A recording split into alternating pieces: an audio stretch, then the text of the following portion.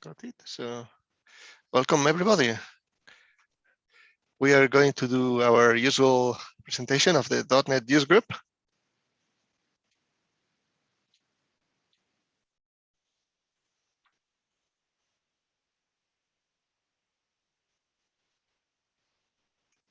All right. Welcome to the last session of the year of the .NET user group Zurich, performance versus composability. First, I'd like to thank all our sponsors offering solutions with VOW for texture, as well as our usual location. Even lately, we are mostly on Zoom and YouTube. So Impact Hub Zurich, Stanford Group. I hope you're still there when this thing ends.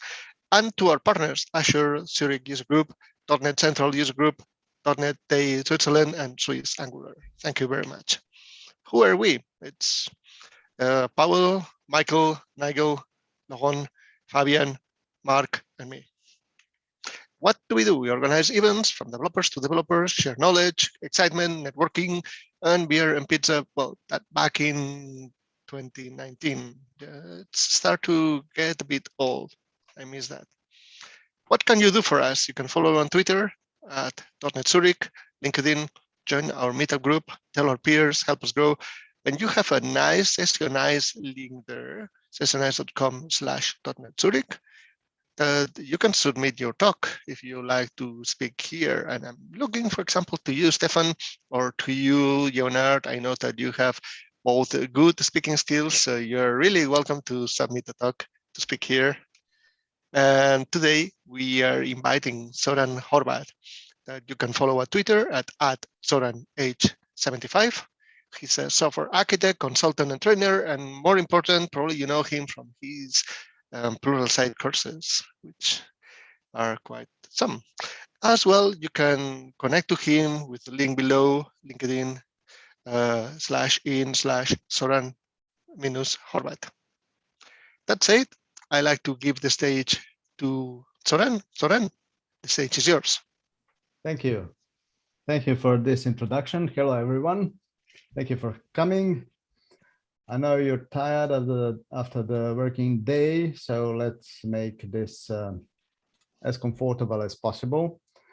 But I cannot promise you too much relaxation, because in this session, I'm going to show you a ton of code, which will be difficult to understand because it will mix object-oriented and functional design on an arithmetical problem, which is tough to make clean and readable in its own right. So putting emphasis on this title, performance versus composability, will make it even worse. But let me tell you straight, you don't have to read all the code right now. You don't even have to dive into the code to the bottom of it to understand every single line, why it works and could it be done differently. It doesn't matter. What matters is to put an emphasis on these two words. We have performance on one end of the spectrum and composability on the other. Performance is usually granted by object-oriented design primarily due to mutability, to in-place mutation, which makes it fast. And composability is usually granted by functional design, which is separating stages of transformation, of calculation, of anything you do, so that you can join them like laying bricks. And if you have a different need, you just substitute one brick with a different one, and the whole structure will do something else. So you will compose larger operations out of smaller ones. In this demonstration, I will show you what happens when we try to push object-oriented solution to an extreme, and you will see what aspects of design we will effectively lose if we stick to object-oriented solution. The problem I will demonstrate will be to generate prime numbers. Why that one? Because it is CPU intensive. We will have huge problem with performance, and that's it.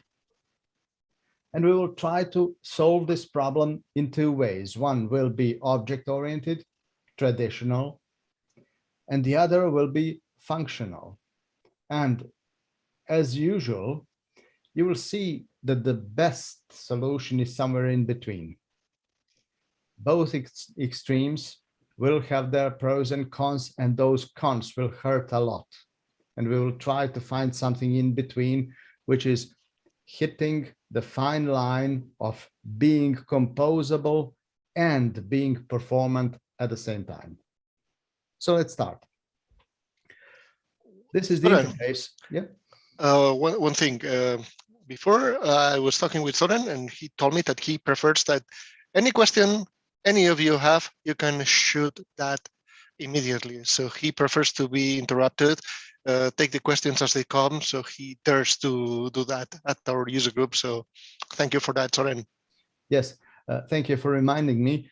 This is not a conference, and I will not have to leave at precise moment in time. So feel like home, interrupt me if you see anything that interests you in code that you are seeing, interrupt me right away so that we don't have to rewind back into code, which I, in the first place, will already forget.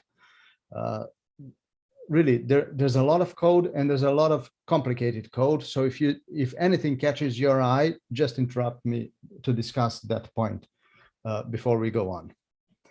So this is the interface. All implementations will have to implement, because I have some function which is demonstrating it. This one. It needs. Zoran, yes. Are you sharing the screen? Am I not? No, you're not. Oh, really? Yep.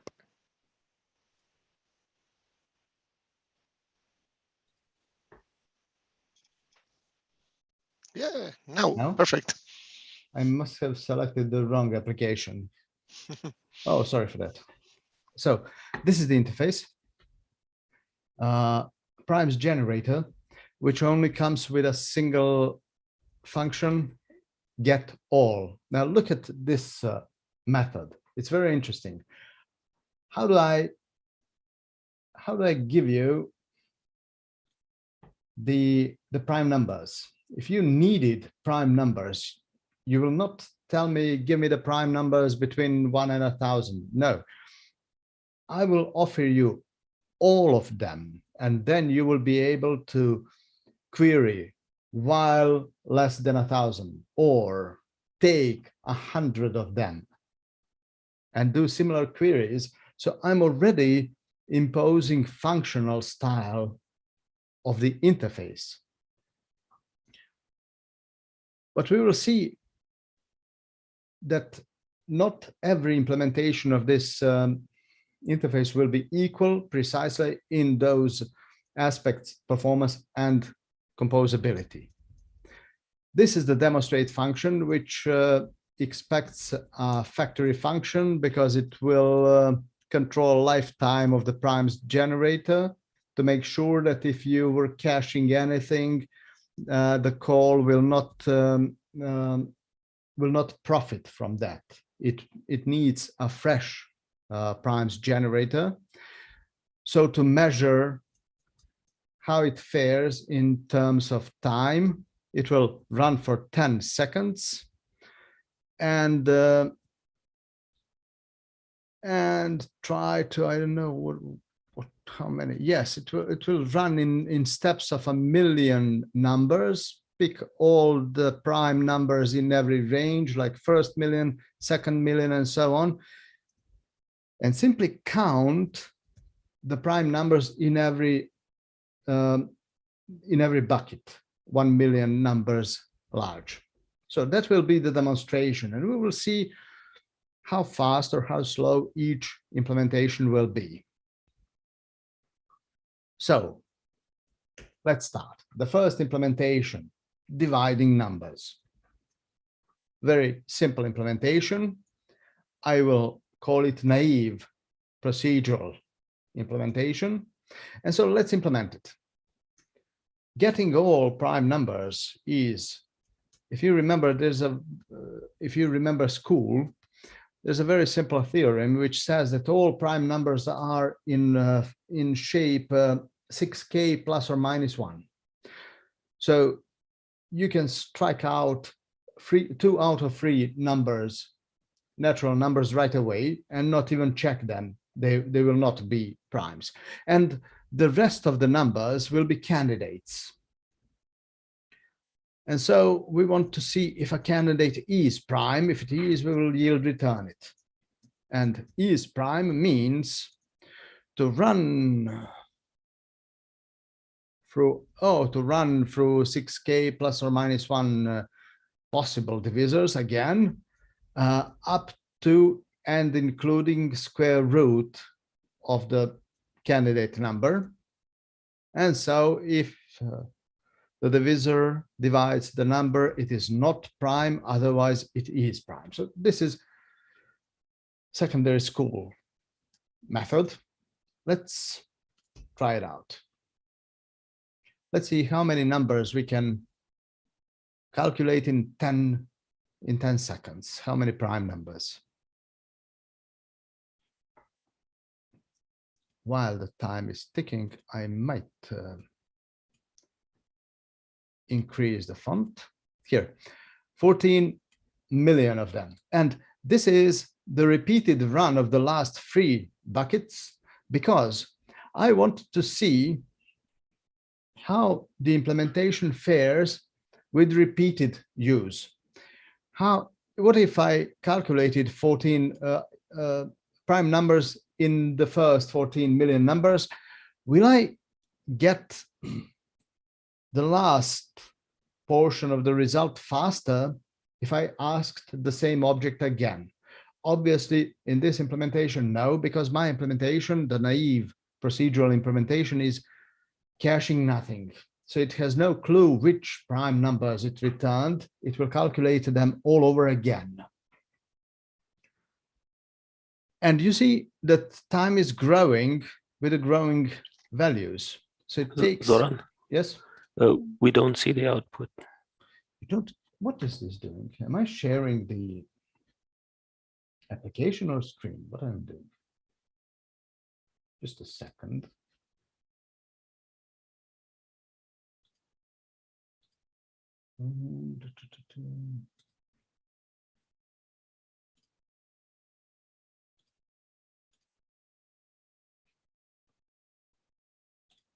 Let me share it all over again.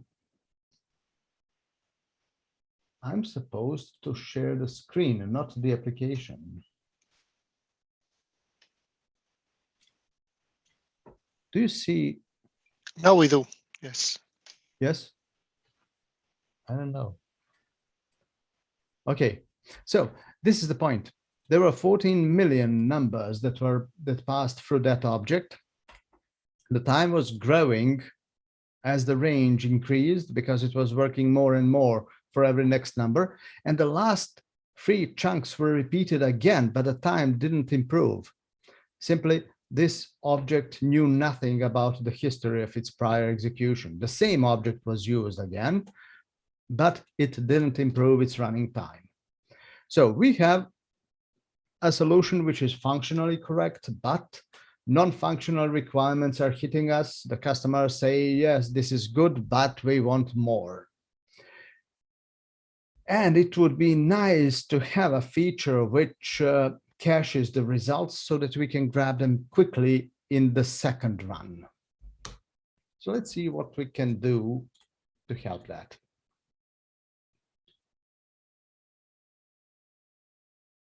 I will implement another generator which will cache all the prime numbers it generates. Why? And why thinking in this direction? If you are designing object-oriented code, your first reaction to poor performance is probably to cache data. Just create a data structure, put everything that you need into it, and on later occurrences, just pay the price, pay the cost of iterating for a collection, which should be much lower than calculating all the values again in case of a problem which requires heavy calculation or any kind of delay, like waiting for network. So caching is quite usual in object-oriented code. Let me give you one hint now. If you are using immutable design at your work, in your projects, if you are following functional design style, you will know that caching or tabulation or memoization, whatever you like to call it over there, is a conscious decision. You will consciously memorize returns from a function because you saw that it is repeatedly doing the same thing, which is costly. And when you follow object-oriented, traditional, mutable object-oriented design style, what are you doing with internal state of an object? Very often, object's state is nothing but a cache for the history of changes made to that object. Where you would have a history of changes to a functionally mutable object, and the last object will be the result of the history, but you would also have access to all the history of objects that preceded it. In an object-oriented design, you don't have that history. You only have one value inside that object, which is the result of applying the history of changes. And then what is an object, a mutable object? I once said one thought, which I admittedly didn't think through, and there are a lot of details to brush up about it. And here is that thought. An object, a mutable object, is a premature caching, the result of premature caching of the object's history. So when you are working on a mutable design, are you in fact caching values inside that object without giving it a thought, without planning to cache things? If you view design that way, it makes sense to raise your awareness of that effect and say, okay, if I'm going to mutate state, let it be a true cache. Let me control the process of mutating by saying there is a process which is always available and always gives me the result when I ask it. But that result is costly to obtain. So let's cache it inside a mutable object. When you say it that way, chances are that you will feel a desire to separate the mutable object from the process which is generating values for it. And you will make a step towards composability. There will be a function which is non-cached, which is immutable, which is probably pure function. And there will be an object which will mutate its state to remember values returned by that function. So let's put a list of primes into this new implementation. Remember which number was the last we checked. It's number 1 so far because the list is empty. And then look what its getAll method will look like. It will yield return all the prime numbers it knows about. And then when all the numbers are exhausted, it will keep going beyond that point. Increase the last checked number and check and ask if it is prime. If it is, it will cache it for future use, add it to the end of the list, and yield return it. And of course, we need that is prime method, which checks one number, but now we have candidates which are prime, so we can walk through prime numbers, not all the numbers, and make this check much faster thanks to caching. And so we will check if we have passed the square root of the input. If we did, then this number is prime. Otherwise, if it divides evenly, if the prime number divides evenly the candidate, it's not prime. And if we survived to the end, it is prime. So let's try this caching division based. Do you see the black screen now? Yes, okay, so it finally works. So this is that first naive implementation, which once again could only pass through 14 million numbers. But look at this one.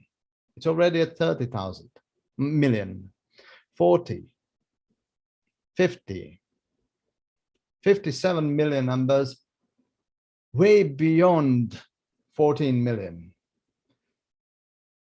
And when it comes to repeatedly using this same object, we will have all the values we ask for already calculated, cached, but the time is not zero. It is something, it is milliseconds, but that is the cost of iterating through a collection. That is the cost of accessing cache, not the cost of calculating or repeating that heavy process again. If we had to get out to the network, fetch something, this time, that time would be zero, and only the time of fetching the result from the cache would count. So we have something. We have a traditional object-oriented solution. That was those 50-something million numbers. Customers come and say, we are fine with this, and we want more, as usual. They say, okay, 57 million is great, really, we want 200 million. and you see that caching will only get you so far, and you will not be able to push it further. This is the boundary where up to which caching works. Now you need something else. When you here's what I'm thinking about. When you are solving a problem with performance, you will reach out for caching for a very simple reason.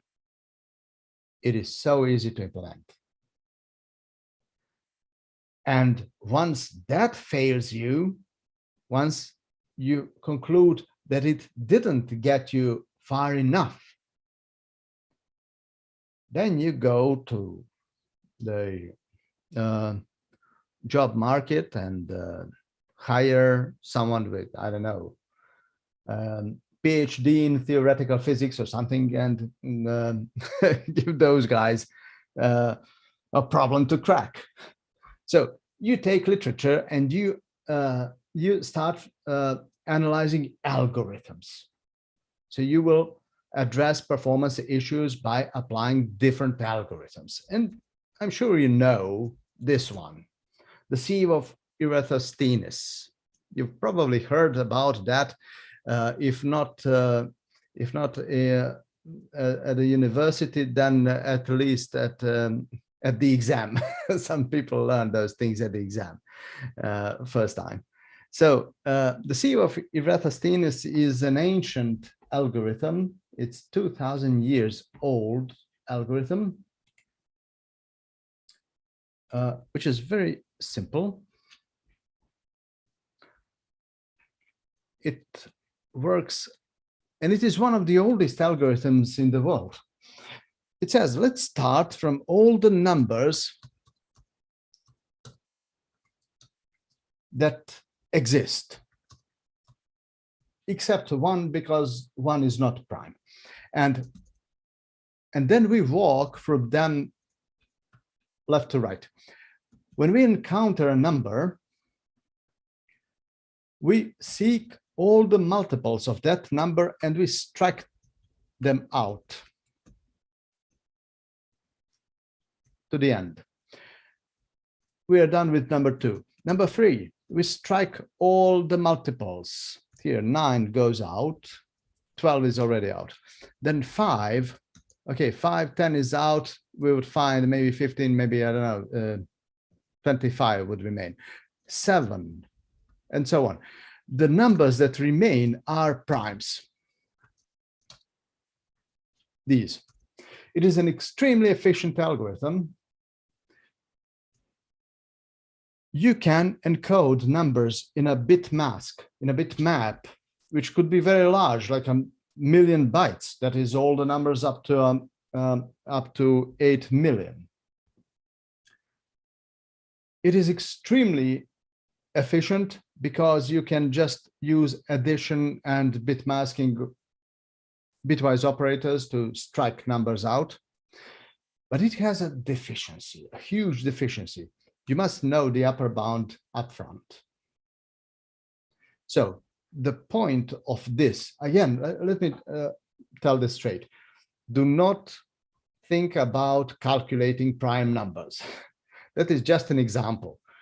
Think about the mind process behind it, because you will apply this same sequence of failures and improvements in a financial software, in a, I don't know, sports or simulation or anything.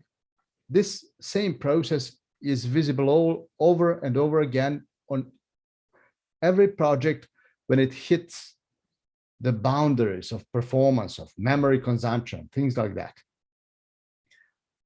You will, after spending the caching trump card, you will inevitably turn to theory, to algorithms, and try to improve there. Well, algorithms do apply to your problem, the problem you are solving, but with their own limitations. They will have their own conditions. This algorithm is all right, given this, this, and that. And that's how you will address your problem with a theoretical algorithm. So the sieve of Eratosthenes will have a bit range, which is my own class, which is just moving bitwise operations away from my site. And here it is. And here is the point. The sieve algorithm is limited from and to number. You can cover a range, but you cannot cover the range of integer numbers, because that is 2 billion divided by 8. That is 250 million, 250 megabytes just to store the sieve, the bit mask, which is covering the entire range of integers. But who's going to ask you for all the numbers in integer range? And remember how the algorithm goes. You need to start from number 2 and scratch all the numbers in the range. Are you going to scratch 1 billion numbers because somebody asked for prime numbers lower than 100? This solution would be much worse than the one we have. So there must be, you must impose control over the range of this algorithm implementation, or otherwise it will behave worse than the first solution, obviously. So these are all the bitwise operations. I'm not going to even show you them, but look how many of them there are. This is 100 lines of code, all bitwise. If you like, if you enjoyed, for example, bitwise arithmetic from C++, this will be heaven for you. And I'll get back to safety. Consider all bitwise operations done. And now getting all the numbers. How do I do that? Oh, yes, I'm taking all the zeros or 0 bits and returning their positions. All right. But here is something that Mr. Eratosthenes didn't think about: expanding the range. When we hit the end of current range, I want to expand further. Well, that is something. I can turn the entire operation into an infinite loop, which will return all the values it has until the end, and then expand. And if it is impossible to expand because we have hit integer max value, only then shall we break out of this loop, because those are all the prime integers we have got. And expand will be another gruesome piece of code. Well, I have to repeat the algorithm to the expanded range of bits. And I also need to behave. I am calculating the next boundary. So I'm expanding, I don't know, maybe I have covered up to 1,000. Now I'm expanding up to 2,000 numbers, natural numbers. I don't want to read this code at all, but you get the point. You get the point that this range here, this one, is being expanded iteratively. So I'm pushing the boundary more and more to the right, hoping that at some point the caller will stop calling me. That's it. But I am, through all that complexity, look at this. This is really complicated code. And I did have a couple of bugs that were very hard for me to figure while I was developing this. But eventually it worked out.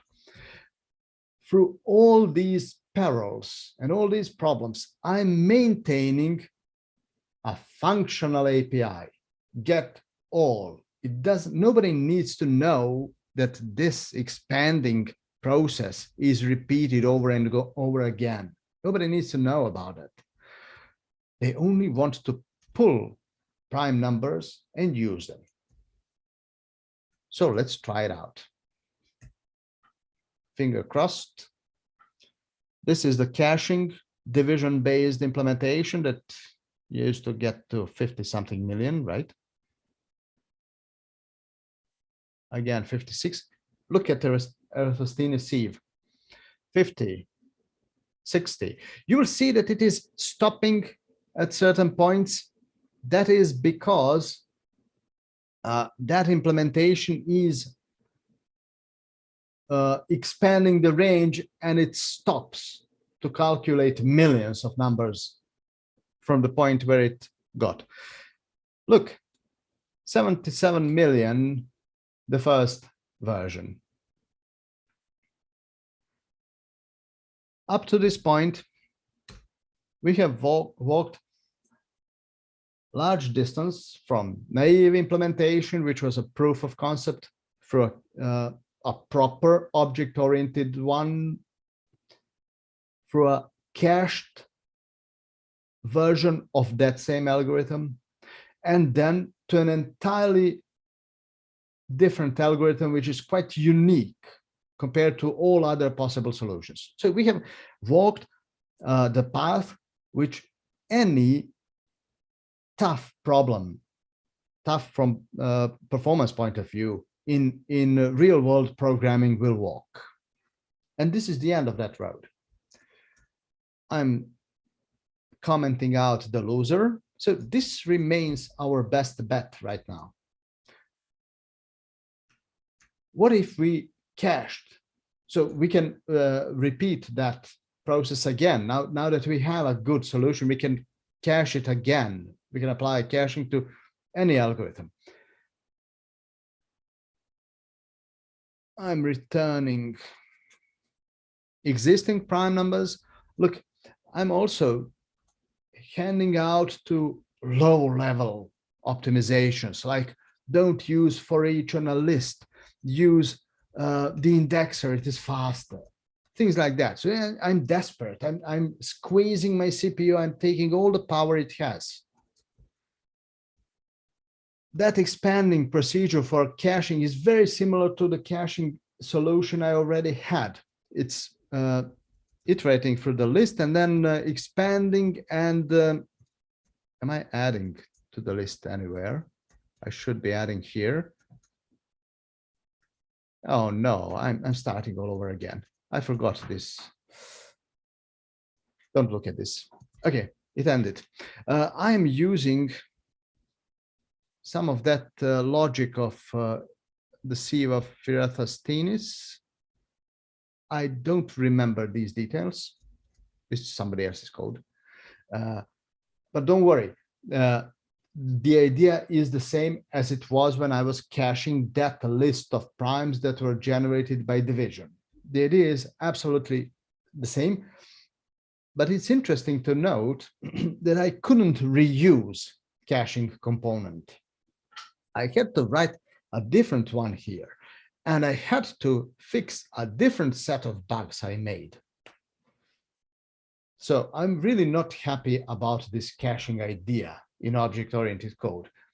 We always fight with cache because, for one thing, this will happen to you. There is no universal cache for anything you like. You need to know how the problem was solved and to use elements of the algorithm that was applied to populate the cache. It's as simple as that. So let's try the caching sieve. That one had 77 million. I want more. Then second time is very long. Oh, 70, 80, 90, a million, 100 million. 150, 60, 165 million numbers. And what you cannot hear is that my desktop computer has turned into a vacuum cleaner. I'm burning the CPU. And it is one core. This is not parallel. And so the customers say, great, 65 million on one core. There are 8 cores down in this machine. Why not a billion? And you say, okay, I'll quit job. This is the point when you quit, because I really, really wanted to make multi-threaded sieve of Eratosthenes. Because after searching Google for a minute or less, I didn't find anyone doing that. So I thought maybe I will be the first one in the world to do that. And I spent the entire day cracking the problem until I effectively proved that it cannot be done. Because if I remember well, the mutation could not be isolated, so you could not. Yes, this is the problem. When you are striking out numbers, you're striking out numbers in the entire range to the right. And all the threads will be doing the same. So you will have a writable shared state, which means that all the threads would have to synchronize. And if you do that so intensively as I'm doing here, I think, not that I think, I know I did it. Parallelism would be way below 2, which means you will be burning all the cores, like 8 cores I have, just to get 50% improvement. That's ridiculous. You don't do that. So I failed miserably on this task. And I have no parallel solution. And if I had to to confront my customers, I would have to say, I do have a nice division-based caching solution, which could be parallelized, but it is slow. By parallelizing it, I might get to this level of performance. I do have this great level of performance, but it is provably non-parallelizable. And we are in a lose-lose situation. This is the end. This is the point up to which I could go, and I really cannot generate more prime numbers using my widths here. Okay, so let's stop there. Comment out the loser. Why not we try it in pure functional design? What are the all primes, all the prime numbers, if you were allowed to use functional design for that? It is everything greater than 1 where it has no divisors. I'm done. Greater than is my own extension method, but it is universal. It has nothing to do with prime numbers, so I put it somewhere else. Having no divisors means to pick potential divisors and assert that none divides the number. This is the greater than. These are potential divisors. Those are potential divisors of numbers greater than 1, and none divides is just a all operator applies to all the numbers. So this is it. If I wanted to implement that interface, this is the entire implementation. Let's try it out.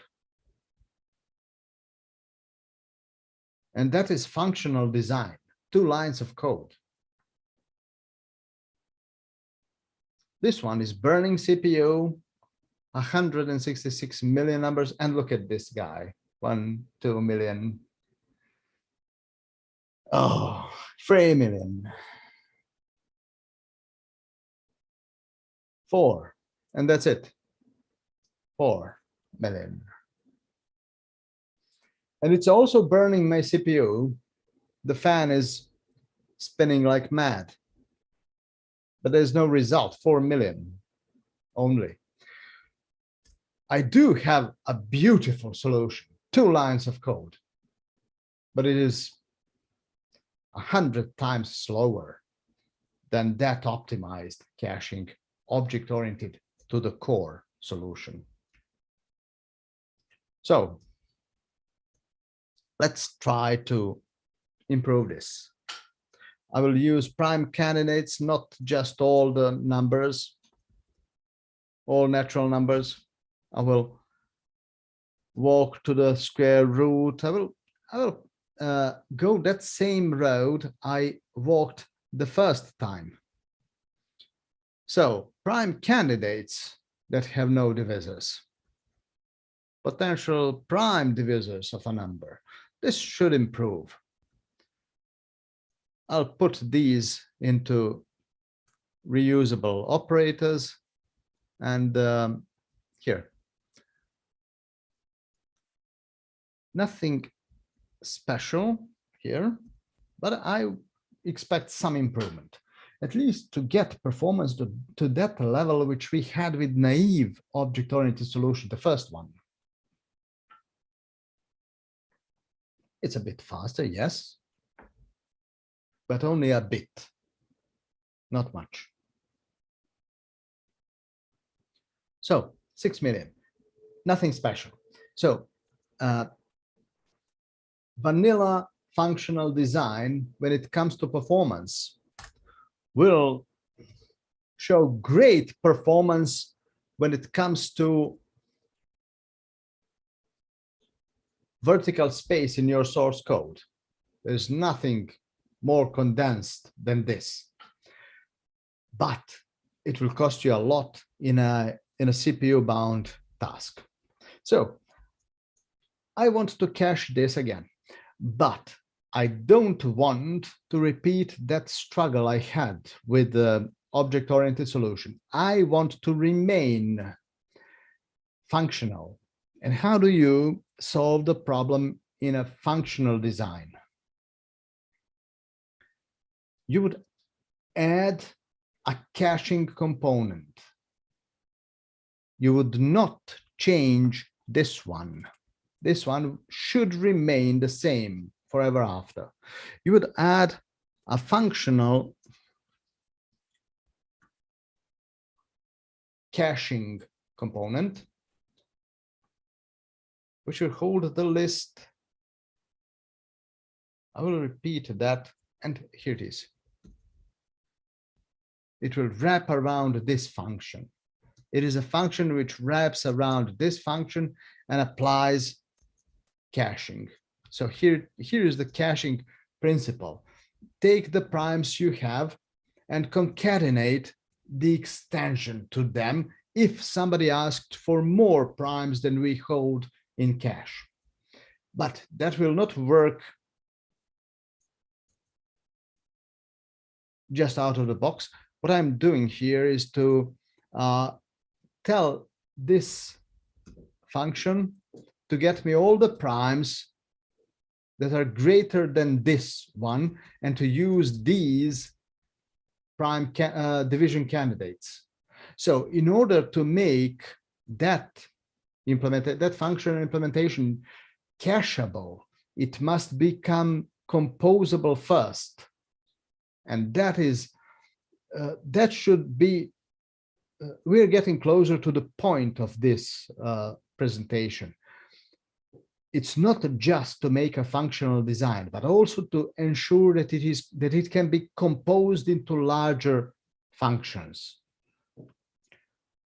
And this is the rest of the caching principle. It's not just to concatenate new primes to what we have cached, but also to append them to the cache before returning them. That is the so-called write-through principle.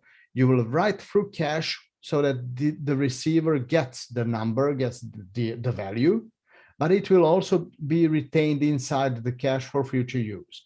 And it is transparent. Nobody can see that the caching component is there in between the source, the data source, which is that function which generates prime numbers, and the ultimate caller who asked for those numbers. So append through, this is the extension method, which does precisely that, adds to the list and yield returns it. Nobody can see that there is a list behind. And now we need to fix this. We need to create a more specific function here, which will make this class more composable than it used to be. And this is a query prime candidates greater than this number. Okay, the point is that I'm using these divisors.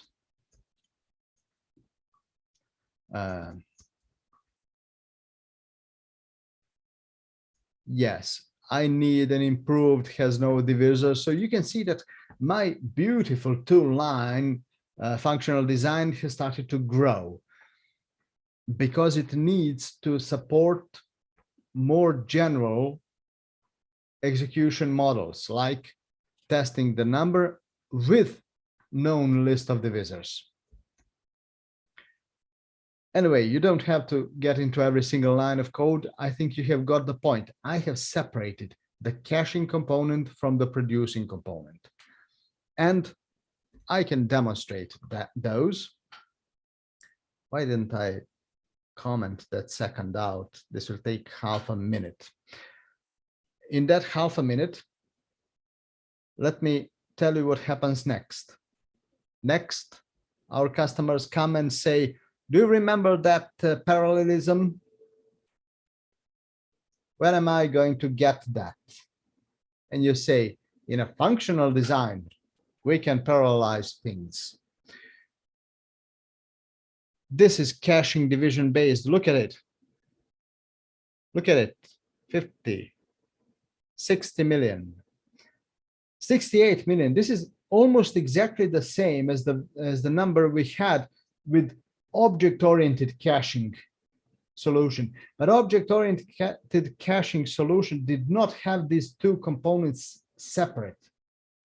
Now we do have separate data source from the caching component, and we can use the data source either with or without a cache. Maybe there's a strong accent on multi-threaded execution. That data source, the source of prime numbers, is thread safe. That caching component is not. So if somebody wanted to use it in multiple threads, you cannot pass the whole bundle, but only the data source, which is thread safe. And if you are guaranteed that all the calculations will be done on a single thread, then you can wrap it into a mutable caching component and pass that out. Both variants are implementing that interface, that same interface. So nobody will see the difference between caching and non-caching implementation. I have attained composability of functional designs, which I didn't have with object-oriented design. It was all in one place. All right. So the loser goes out. Parallelism, which I couldn't insert into that object-oriented solution, but now I can create a composable parallelizing component, which will turn I-primes generator into the one which works in parallel and tries to calculate multiple primes on separate cores. Do you know how you can do that? The idea is very simple. What if I knew prime numbers up and including 100, so less or equal to 100? Which prime numbers can be calculated from this list? Obviously, all those that do not exceed the square of this value. So we can cover the range 101 to 10,000. Okay, and now split it into multiple sub ranges, like 101 to 1,000, then 1,001 to 2,000, and so on until 9,001 to 10,000. Okay, so you have about, I don't know, 10, oh yes, 10 ranges. Each range would read from the list of known primes, read. So it is thread safe. Nobody's going to write. And you can run these 10 tasks in parallel and join their results back. And once all the results are in, append them to the list and say, okay, we had this range covered, now we have this range covered, and complete one iteration, one expand, as I called it before. So the point is that you go here. I could have received this through constructor to really make it composable, but I didn't mind. Right here, I simplified the problem. So this component will wrap around a different implementation. I think that it would be perfectly fine to depend on an interface.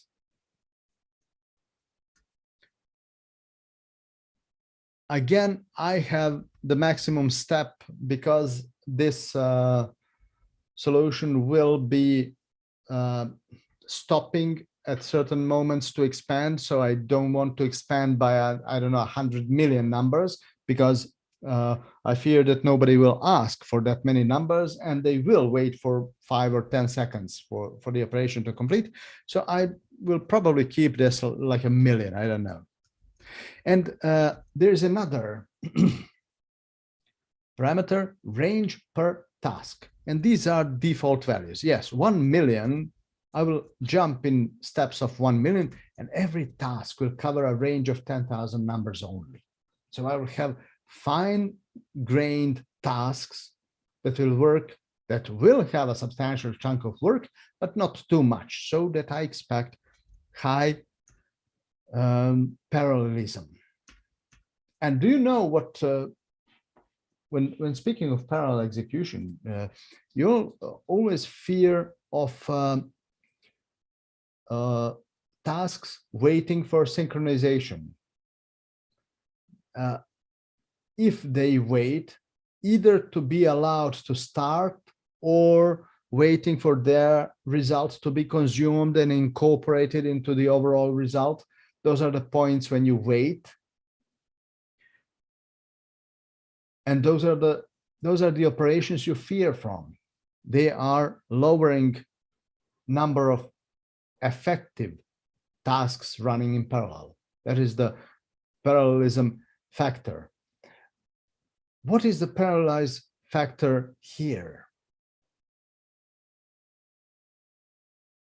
It is, I don't know, it's stupid to say plus infinite, because at least they will have to collect the, to join the results of separate tasks. So there will be some waiting in the end.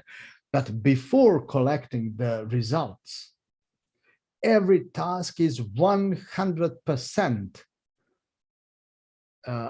autonomous, waits nobody and nothing. I cannot imagine more parallelizable solution than this one. And you will see that. How is this one going to work? It will. Why did I need this? Oh, no. I had to do something with the caching primes. Why? I don't remember. This is the parallel one. And what did I do? Oh, I just exposed the cached prime numbers as INumerable. That's okay. That is those, when the task starts, I will expose those 100 items that I already have. And everybody will read that. And that is thread safe in this case. So there's a lot of work here.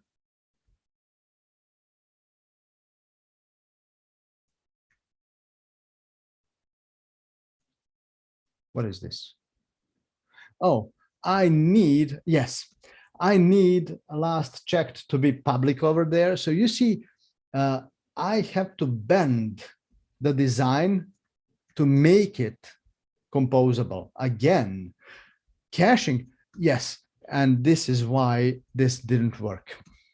This is why I had to expect a different type, which offers services to me like, oh, what am I doing? Caching prime numbers. I need to depend on a more specific, it could be a different interface, at least, more specific type, which is telling me up to which number it contains, so that I can calculate the progress. I can square that number. Here it is, I'm squaring that number. that is one thing. And the second thing, it must expose those prime numbers it knows about. I don't see where I used it, but it doesn't matter.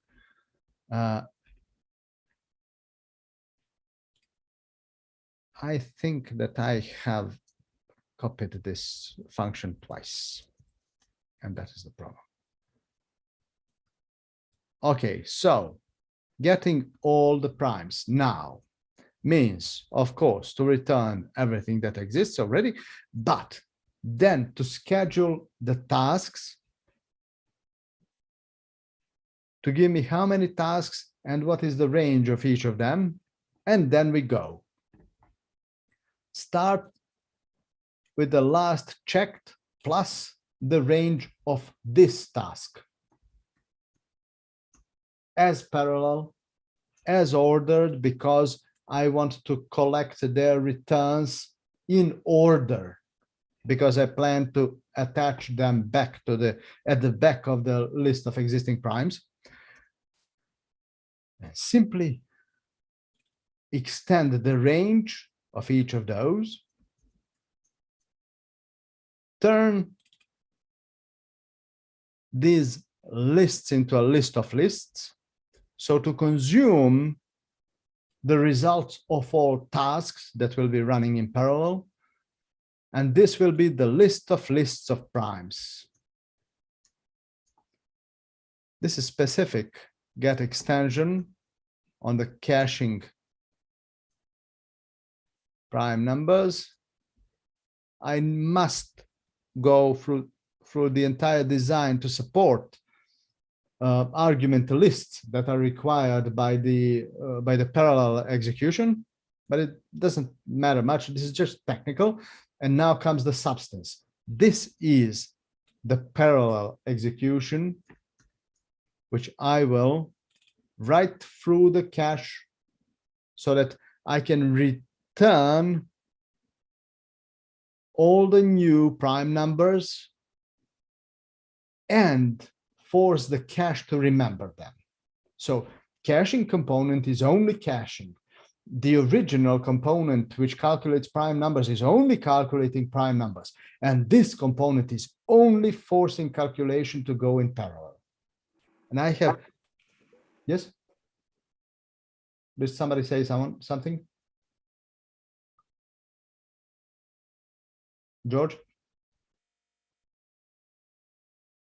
Okay, if you had any question, just ask it. In the meanwhile, I have lost the chat window. Did anyone write anything in chat?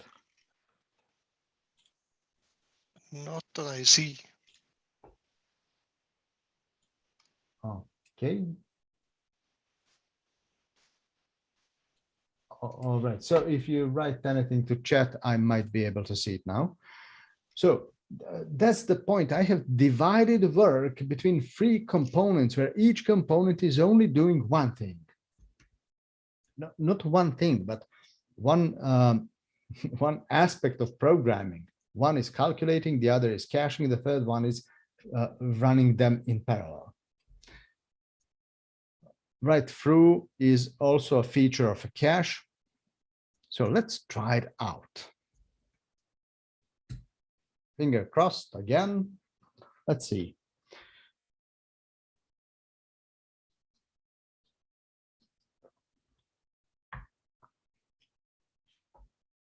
Let me see if I can find this process. That would be nice.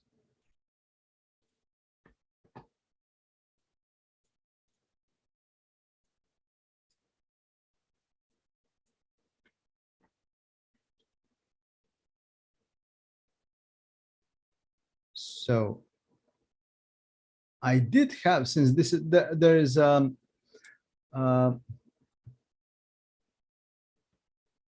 there's hyperthreading, I can only get up to 50% of CPU effectively, and I got to 20-something 30. That is the parallelism of this parallel functional implementation. So I do have a success to a limit. It's 115 million numbers. Non-parallel 66. So this is about 2 times as good as the sequential one. And this one is 160 million. So in the end, I did not get close to that solution we had before. I did not win.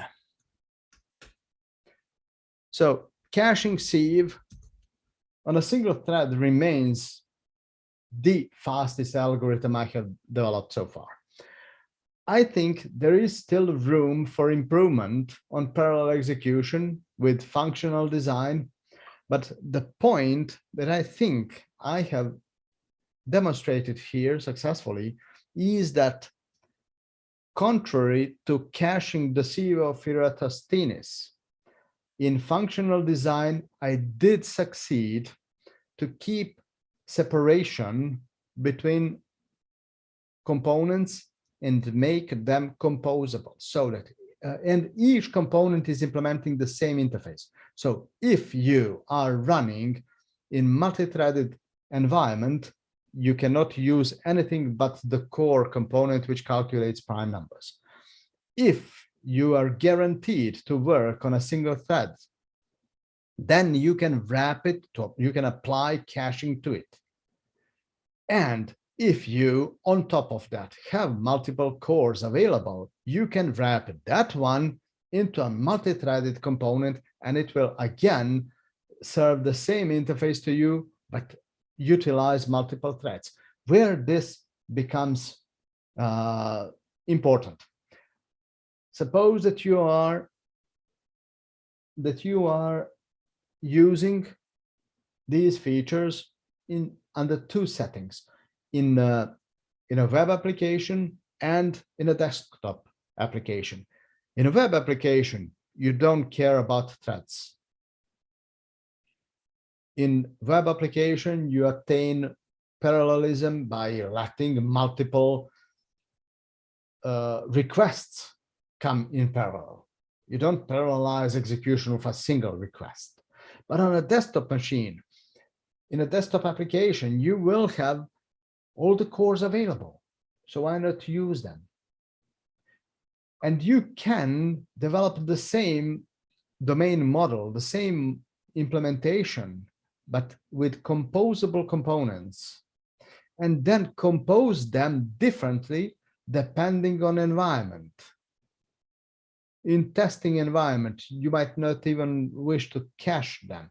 In a web environment, you will care to cache, but you will not care to run in parallel. In a desktop environment, you will care to run in parallel, so to serve the result to the single user as soon as possible. And the last thing I wanted to draw your attention is actually one of the first things I said. For all these sufferings I sustained, I was implementing that interface which was functional from the very beginning. So even an object-oriented solution, which is object-oriented to the core, can be used in functional expressions if needed. I will remember this object, caching Eratosthenes sieve. And look at this, I will write expressions around it, like sum of the first million prime numbers. First million, not those lower than a million, but that first million. The trick is that I'm using the algorithm, the sieve, which asks for the greatest number. But in this expression, I'm asking for a million numbers. I have no clue which number it will be in the end, which will be the greatest number there, but my algorithm works. Then this will be easy for the sieve. Get me all the numbers below 1 million, or periodic numbers. Where are the periodic numbers? Oh, I forgot the definition. I didn't prepare for the talk. No. This is my definition. These are numbers at specific positions, like position 1 million, 2 million, 3 and 4 and 5 million. This is nothing theoretic. This one is theoretic. No, these are the groups, how many numbers there are per 1 million groups. And Mersenne primes are the only theoretical numbers that I cared to know. Do you know what Mersenne primes are? Those are prime numbers in form of power of 2 minus 1. I think that max int is a Mersenne prime. The problem with checking that is that I would have to find 2 billion primes. So I stopped before it. I asked for first 7 Mersenne primes. Mersenne primes were important in cryptography because they gave shape to many prime numbers. In cryptography, the idea was, one of the methods was to find extremely large prime numbers. So Mersenne primes were good candidates in that respect.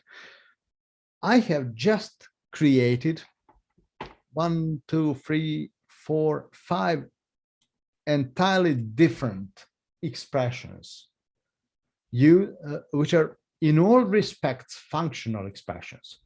And I created them on a notoriously object-oriented object. I will print all these values out, and you will see when I run this, it will spend 10 seconds to warm up the cache.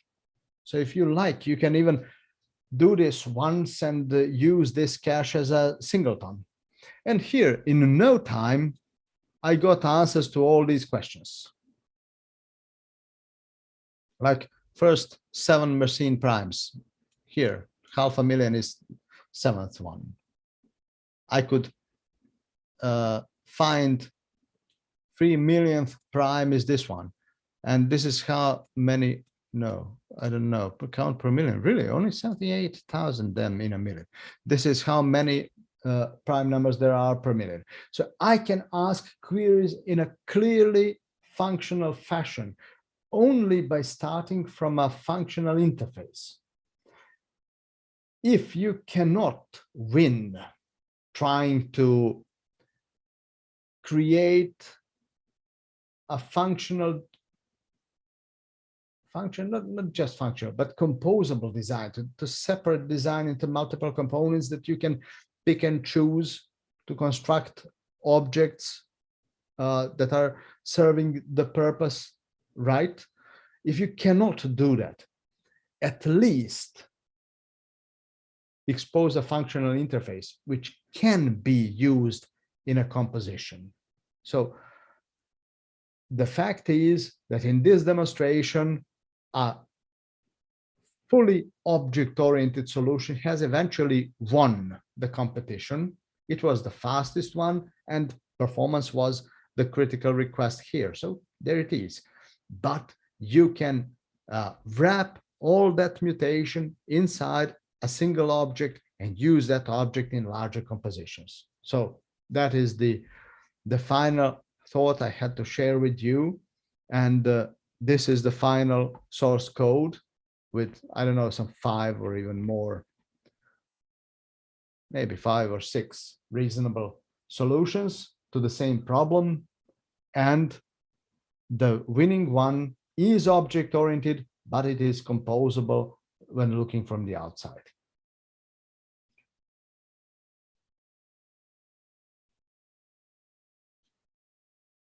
Jose Luis, shall we start with discussion? Sounds good. If anybody wants to ask a question or make any comment about the different Valentin solutions. was raising hand. Sure, go ahead.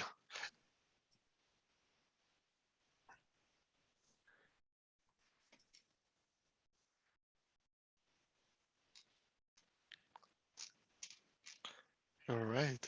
You don't have to ask questions about this piece of code. You can ask general questions, anything, or you give us your thoughts. Hi, Necessarily related. Hi, thank you very much for your talk and explanations. Some of it went too fast for me and I couldn't follow all the details what you showed in code, but obviously you didn't want us to understand everything, so that's fine for me. No, I can totally, I could probably sit down for 2 weeks and redo what you did. Even though I have a PhD in physics, which doesn't help in this case. And that's great. Actually, in theoretical physics, but you don't study algorithms in theoretical physics. Of course. But anyway. I wanted to make a joke, and now it is losing the fun factor now that you said it. No, it's actually, I found it really funny. So, I don't know, a few thoughts maybe, not a real question. So the first thing is in the functional design where you have 3 components that work together. The cache that you sort of put on top of the source, the cache could actually be implemented very generically, isn't it? That is not specific to the problem at all. You have a source that generates numbers in some way, like a black box, right? And the cache can be completely independent of that. Yes, but I encountered a problem that that general interface was not good enough, neither for caching component nor for the parallel one. They both required some additional methods to pass additional arguments. So I think that in the end, I would end up making 2 other interfaces. So whoever can implement one of those could be subdued to general caching. So I think in the end, I did succeed in that respect, even though I said when I was working with the object-oriented solution, I failed to do that. I think even over there, if I paid more attention, maybe I would be able to use a general purpose caching component. But it's not guaranteed. It's not guaranteed. Those 2 algorithms, the object-oriented one, the sieve and the dividing one, had their specifics. For some reason, I had to treat them differently. I'm not sure that with those classes, I could create reusable component.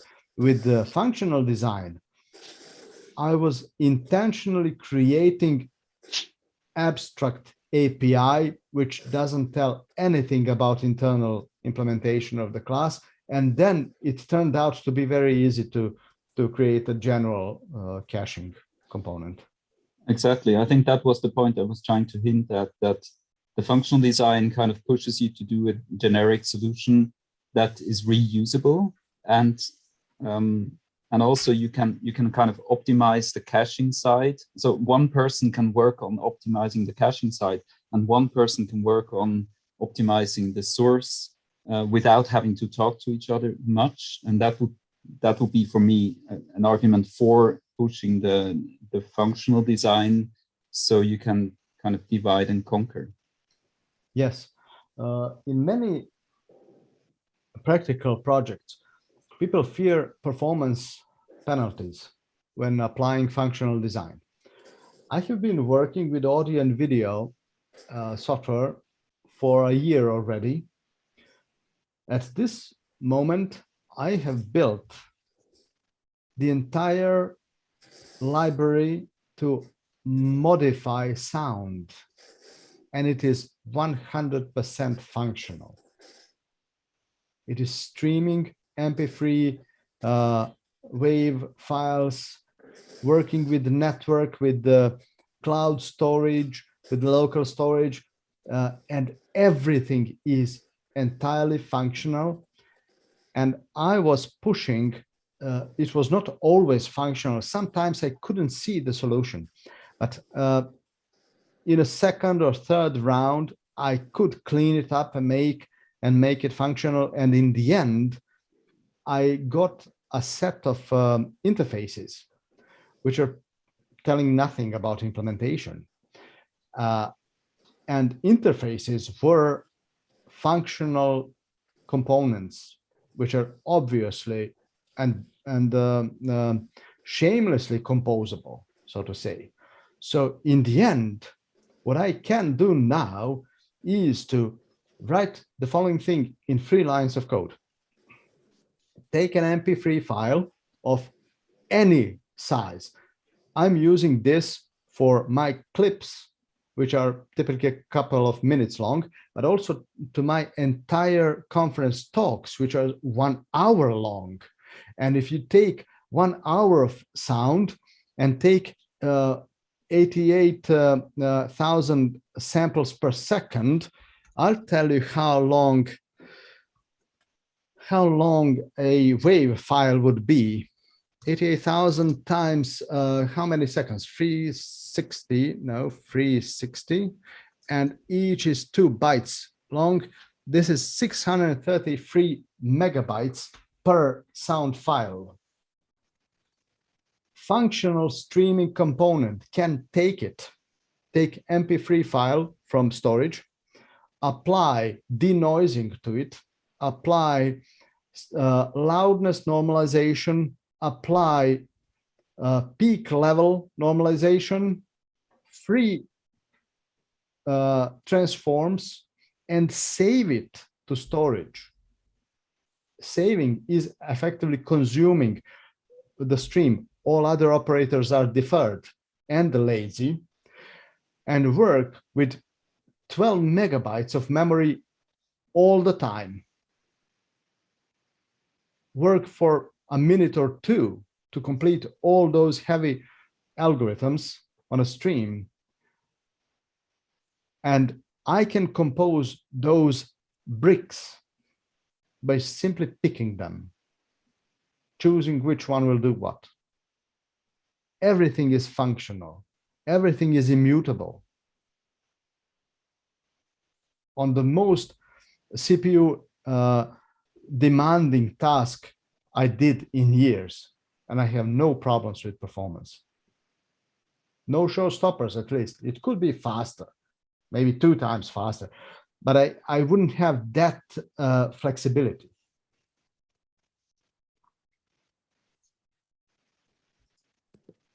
Cool. Does anyone else have any ideas, anything to talk about, not necessarily relating to this talk? I do. Will you post the code in GitHub, maybe? Yes. That could be interesting to explore later on. As it has been said, it took a bit to digest these, and I think, or I believe myself, that I only touched the surface. I really like the implementations with link you at the end, but I would really like to look at them a bit more calm. Yes, yes. Of course, I'll upload it to Git, and you will be able to share the link with the attendees. That is fantastic. Thank you. All right. If nobody else has any more questions, we will stop the stream. So now is your last chance. After we stop the stream, which